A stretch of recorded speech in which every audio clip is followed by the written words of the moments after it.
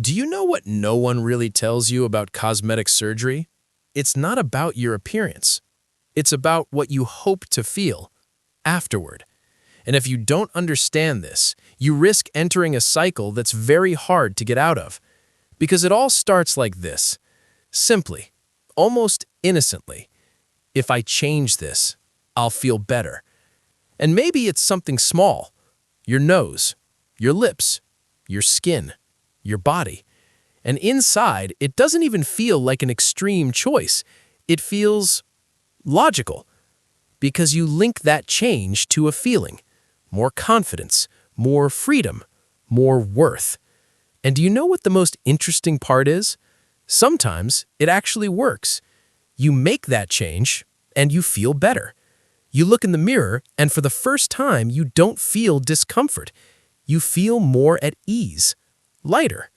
And in that moment, you think, this is it. But that moment doesn't last.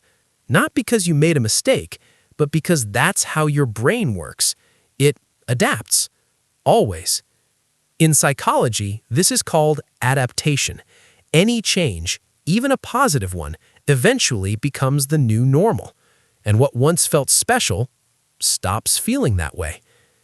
And then something subtle happens, almost invisible. You look at yourself again and start noticing something else, another detail, another imperfection, something you didn't even see before.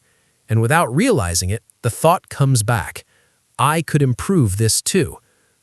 And that's where the cycle begins. Not because cosmetic surgery doesn't work, but because you're trying to fix something that isn't entirely external.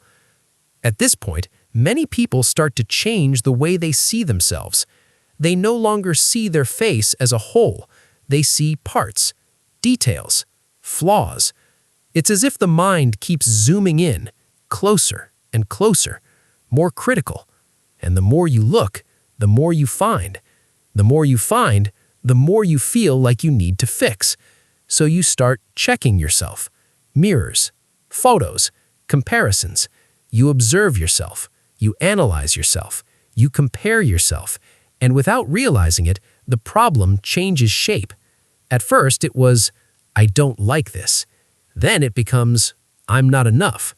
And that is a huge difference. Because now you're not trying to improve something, you're trying to feel enough. And that is not something you fix on the outside. This is where many people get lost. Because every external change gives a small answer, but only temporarily. It's like trying to fill a void with something that can't truly hold it. And every time that feeling fades, you find yourself back at the beginning, but with one more thing to fix, then another, and another, until it's no longer a choice, it's a need. But be careful. This doesn't mean cosmetic surgery is wrong. It isn't. It can be a healthy choice, conscious, balanced. It can genuinely help you feel better. The point isn't what you do, it's where you're doing it from. Because there's a huge difference between I want to improve myself and I want to finally feel enough. The first comes from security, the second from lack. And the mind works very differently in those two cases. When you come from security, a change adds something. When you come from lack, no change is ever enough. And maybe the hardest truth to accept is this: your body isn't the problem. It's the relationship you have with yourself. Because you can change your appearance, but if the way you see yourself stays the same, you will always find something. Always. So the question changes. It's no longer, what can I improve, but what am I really looking for when I feel like I'm not enough?